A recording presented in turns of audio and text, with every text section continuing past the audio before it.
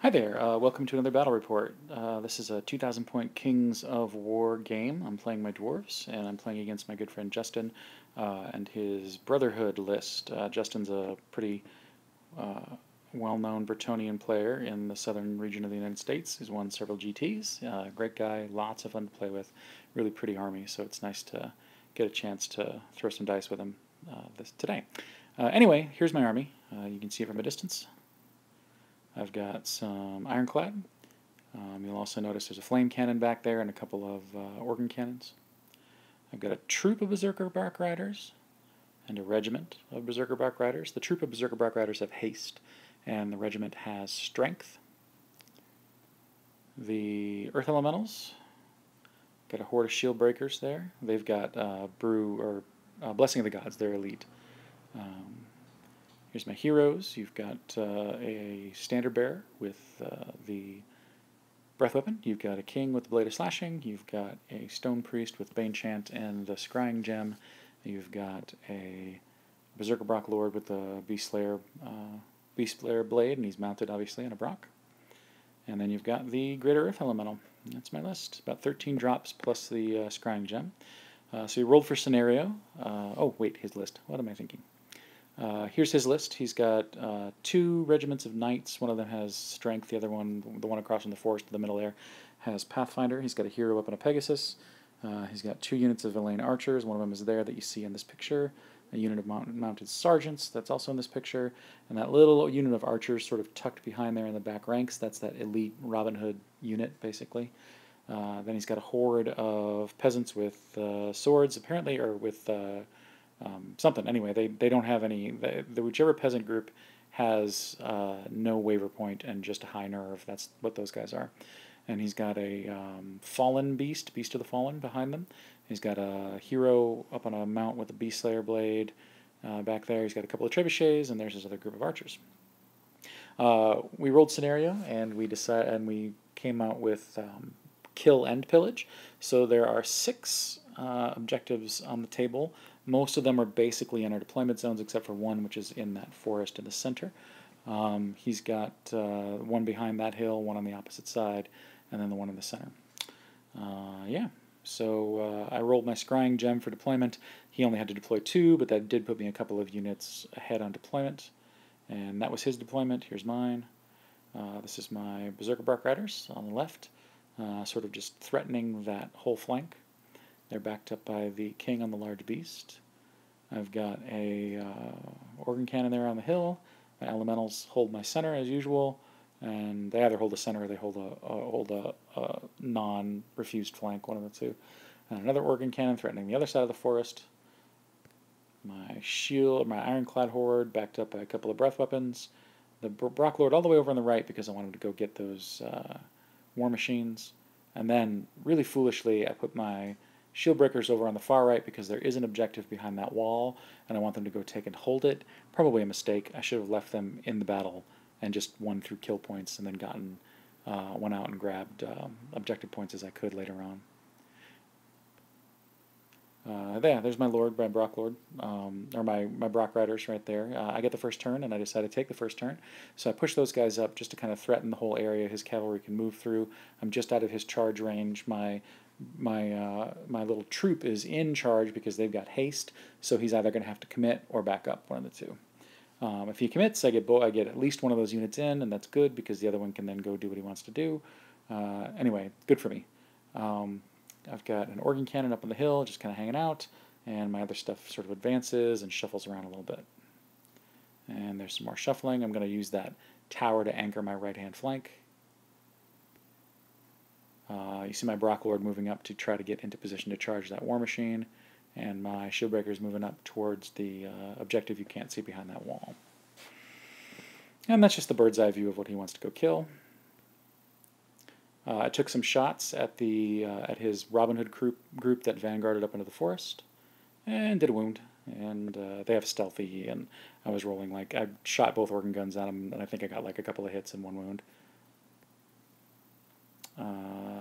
This is from his shooting, so we might have skipped ahead a little bit. But during his turn, he does get a couple of wounds on the Brock Riders and on the Brock Lord over there on the right. Put 2 wounds on him. What's next? Yeah, that looks like shooting into my elementals. This might be a little out of order, so if I backtrack, I apologize. Doing a few wounds to my elementals. Yeah, all right, so he did shift. You'll see those knights shifted back there. He did shift them back during his first go, hit the bottom of one. He moved his stuff up as well, so you'll see his knights moving up towards the forest. You'll see his big horde moving up, his monster coming up behind them in support, his hero looking out at my Brock Riders. His archers kind of holding the line there. There is an objective behind those two, behind those archers on the left, and his knights moved back, which was fine by me. It just means that it'll take him an extra turn to get to me. And there's his view of his army on the right. You'll notice that my Brocklord is, this might be the top of two. You'll notice my Brocklord went into his trebuchet. I don't know why. I measured to the base, but it was a mistake. He wanted me to measure to a different point on the model. It didn't matter. I could not have made the charge. And so he looks like he's there. He's not actually there. He winds up a little bit to the right of it to set up for the next charge. But and you'll see what happens as a result. This is just me sort of moving my breath weapons up into position to start shooting at things. Yeah, there's what's going on again at the bottom of, or at the top of two. I move up to the wall. The Brocklord is in my opinion, or in my thoughts, but I was wrong, so I got to move him off. You'll see it in a second. He's got a couple of wounds, but all right. And shooting does some decent damage to his knights. It did like 7 wounds to them, so that was good. They've got regen 5 though, so I mean they just heal all the time. If you pretty much have to pop them in 1 or 2 turns, or you'll never get them down. And that's just sort of an elemental's eye view of the battlefield from the center. And that is some wounds, more wounds on his villain archers. I'm not sure what from. Maybe my organ gun again. And that's his knights hanging out, hiding. And that's a backtrack shot. Sorry about that. Not sure why. All right, there we go. That's actually what happened on the right after we worked that out. So I was on the right, and then that gave him an opportunity to charge in with his individual against mine. So the bottom of 2, he charges into my Brocklord. I'm actually fine with that. The Brocklord's got a high enough nerve. I figure I can take a few wounds from him. I'll pass my test. I'll charge the first trebuchet. He'll do it again. I think I'll survive 2 turns, and I'll get into the last trebuchet. My only goal is to kill the trebs, just to kill the trebuchets off and get him off that area. If he manages to survive past that, I'll either fight the hero or put him into the monster, one of the two. And he charges, and the mistake that I made in the center when I advanced my Earth Elementals is, and I didn't realize it until he declared the charge, was that in an attempt to get my greater Earth Elemental in a position to countercharge and flank into whatever went into the lesser elementals, I put him too close to his knights. So he got a 16-inch charge I did not plan for. That was a serious mistake. I felt pretty confident that at defense 6, with that much nerve and having taken no damage, that the reroll the inspiration from the Stone Priest would hopefully preserve him. I was a little worried though, because if he busted through that, I was in big trouble. He moved up his guys towards my shield breakers. And that's what you see there from the right. He did some shooting on me. I think he shot some arrows at me. He did a wound. No big deal. Oh, yeah, he tagged my king up on the hill with a trebuchet shot and did 7 wounds to him. I mean, it's just brutal. So he's already at half his nerve. He may as well be dead. And he wavered him. Over there, he did some wounds to my Brock Rider, but as expected, did not kill him. In combat, he only did 6 wounds to the elemental, so the elemental was fine, and then the lesser elementals took a few wounds. He just brought his sergeants in because just to chaff up my lesser elementals, which they did a bang-up job of in the battle. So that's what it looks like after the first turn of combat. Just because of how the models were positioned, you'll see that I can't really countercharge the flank of his knights with my lesser elementals, where I normally would be able to if we were just a little bit apart. That's going to become important later because as the battle shifts a little bit, I wind up getting enough free room to do it. Anyway, so far so good in the center. Everybody's okay. On my turn, I go ahead and his lord came out. I missed the picture of that. His lord came out in that same turn that he charged my elementals and charged the Brock Rider troop, and the troop survived his charge and wasn't even wavered. The king came in, made his headstrong check, and both of them, and they double charged his hero on that Pegasus. I was pretty confident I was going to take him out. On this side, I went ahead and just countercharged everything in. I had an opportunity to flank from the right-hand side with my shield, with my Ironclad, and I could have cast Banechant on him with the Stone Priest. I probably should have in retrospect. That unit of knights had a decent amount of wounds on it. I went in with the giant, and just the giant. My reasoning was kind of sound. If I went in with the Ironclad and hit those guys and failed to break them, then he could countercharge into my flank with his big unit of peasant guys and just, or unit in my rear, I think it was my rear, with his big unit of peasant guys. So if I failed, I was in trouble, whereas I might actually win the grind. Here, in retrospect, I should have brought my Ironclad in, because with 50 attacks and Banechant 1, and they would be hitting on 4s, wounding on 4s. There's no reason not to. It would have been another 12 wounds. I'd have popped the unit. That was not good math on my part. So anyway, we both go in there, we both fight, and neither of us break them. Both do wounds, but those darn sergeants stand their ground, and my elementals fail to break them. But I back off an inch, which will make a difference in a bit. On this side, my breath weapons start, and my organ gun fire into that unit of peasants. Put about 12 wounds on them, which is great. They have regen 6, but that's a good solid chunk of their nerve gone for when they eventually fight my Ironclad. And I'm just kind of moseying around on the objective with my 40 shield breakers doing nothing but sitting on their butts. So stupid. Such a mistake. This is a breath weapon. I don't remember who the target was, but I rolled awesome successes to hit. Oh yeah, they were the target. And 3 successes to wound. Well done. So we failed to break the hero. The Brock Riders do a wound. My lord does a bunch, but I roll terribly for nerve, and he stands his ground. He's not even wavered. It's a huge problem. I got 7 wounds on the king. He's going to countercharge the king and kill him. It's terrible. Furthermore, my Berserker Brock troop got its flank exposed to his knights now, which I did not want to have happen. I was hoping to kill this guy and get a reform, and then I'd be out of his range. Nope. So their flank is exposed. I've got the other Brocks there, and that's fine, but not ideal. In here, this is the picture of them standing their ground, which sucks. This is the picture of his charges. So he charges his knights into the flank of the Brock regiment, or the Brock troop. That's fine, they're going to die. And he goes into the king as well. And that's what it looks like. It's terrible. Over here, he goes into that Brock Lord and does a wound, and then needs a 9 to break him, rolls a 10, gets the reroll, rolls another 10, kills that Brock Rider Lord. I'm like, because that trebuchet is just going to haunt me. Here, his knights are wavered. I wavered them on the last turn, so yeah, that's right. They couldn't charge this turn. I was pretty safe. Forgot about that. Oh yeah, this is his regen roll on something. Might have even been those knights, and they almost healed up completely. This is Justin Balusik needing a 5-up. That's how he does it. With Bretonnians, it was a ward save. With these guys, it's his regen rolls. That is his trebuchet about to hurt me somehow. Yeah, I put a bunch of wounds on my Greater Earth Elemental, so he's up to 9, which is kind of sketchy and dangerous for me. That's a lot of wounds for even that guy. Yeah, and that's his captain, or whatever the heck those guys are called, killing my Brock Lord.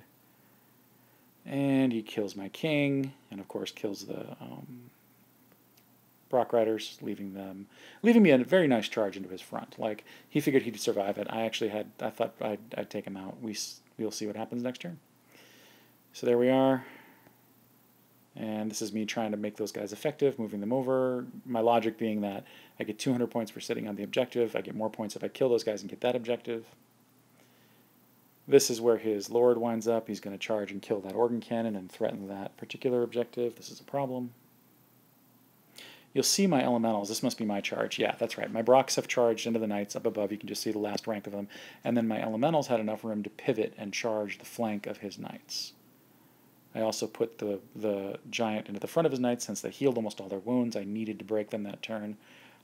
Again, that's why I should have used my Ironclad in the turn prior. I would have popped them. They would be dead. I could be going into those sergeants and clearing everything out. He brought his monster up. Oh, weird. How did this happen? Right. There will probably be a picture out of order for some reason where he charged into my into my ironclad with his horde of humans, and they bounced, and then I countercharged back in and broke them. So that's where that happened. And then I've got breath weapons aimed at his monster, which came into support. And I also burned off the archers. Flame cannons are great if somebody's within 12. They're just fantastic.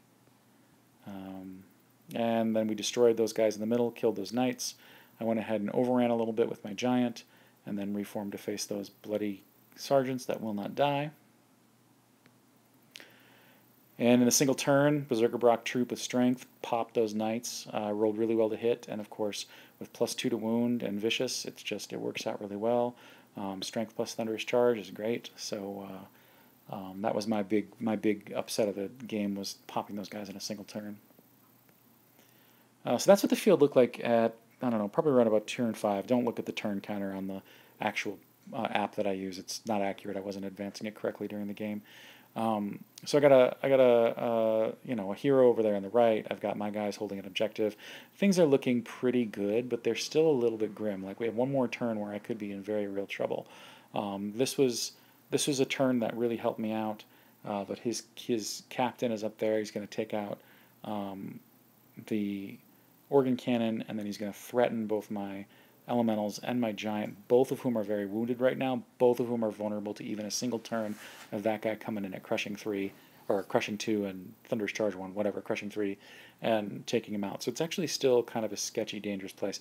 I made another mistake here. After I popped his knights, I oriented my Berserker Brock Riders to be able to charge that unit of archers over there on the left. You'll see that bird's eye view from here. This is my theory was that there was an objective there. I could kill them and get their points and keep the objective points since we're getting to the late game and call it a day, but I probably should have had them help protect my backfield and just won on points totally. This is just a bird's eye view of that damn trebuchet. So I go back into these guys with my maybe this is him. This might be him. I don't know. One of us. The sergeants are still there, and they're not dead. That really sucks. I killed those guys. Oh, that's right. I did. I went back into the sergeants and still failed to kill them. Just a troop of bloody sergeants. Yeah, there they are. And his peg went into those flank. I thought those guys were dead for sure. But he failed. He did a ton of wounds, but he failed to break them. I got lucky. So he's sitting there, and that's good for me. And his giant is there. I decided to countercharge. He charged into my flank with that hero eventually. I decided to charge the hero in the hopes that I'd pop the hero in a single turn and could turn the face of the giant. That's not how that played out. You'll notice I got a bunch more wounds on those guys. So they've taken some damage from various things. I think they got into a fight with the giant. They got into a fight with the peasants. I just wasn't taking many pictures of it. So yeah, I countercharge him. I gun down the mounted sergeants with a breath weapon. Finally, never send a elemental to do a breath weapon's job apparently. And then fight him, and I'm pretty sure I pop it. And then over here, you'll see in the center this whole mess. At the end of the day, they pop my. He brings his archers into my flank. They kill my shield, or my ironclad. We get to this. This I think is the bottom of 6. And we roll a dice. We have one more turn. And that's how it looks from the perspective of the people who are about to get charged by his hero. I managed to waver that giant, so his giant couldn't act on the next turn. But he comes in there, and that is where pretty much the game ends. He charges my armor standard bearer. I did clear out his hero on the left-hand side. The elementals popped that guy finally, so they did a good job. Even though I couldn't buy a Bane Chant to save my life, I just kept failing it. And then he came in and charged my standard bearer, did a couple of wounds, but did not kill him. His theory was he could get more points by killing the standard bearer and overrunning into the organ cannon, but he failed. So that was it. There's his last brave dude, and he's got some archers and a giant. I held 2 or 3 of the objectives at the end of the day. The elementals on the left, the Berserker Bark Riders up in the front. I think I just held. And then, yeah.